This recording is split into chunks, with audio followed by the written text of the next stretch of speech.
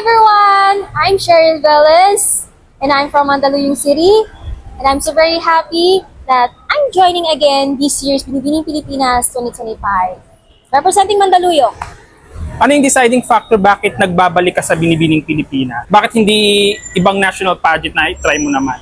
Kasi you know what, this is my first time na sumali ako last year ng Binibining Pilipinas. And first time na nakapasok ako sa screening ng Binibining Pilipinas. And that's why nagsumali ulit ako this year. Baka sakali lang na manalo. And of course, syempre gagamitin ko rin din yung inspirasyon ko, yung nanay ko na namatay sa cancer, to being an advocate for hindi lang sa less fortunate people, but of course for the cancer. Kasi yung mother ko namatay sa cancer last year.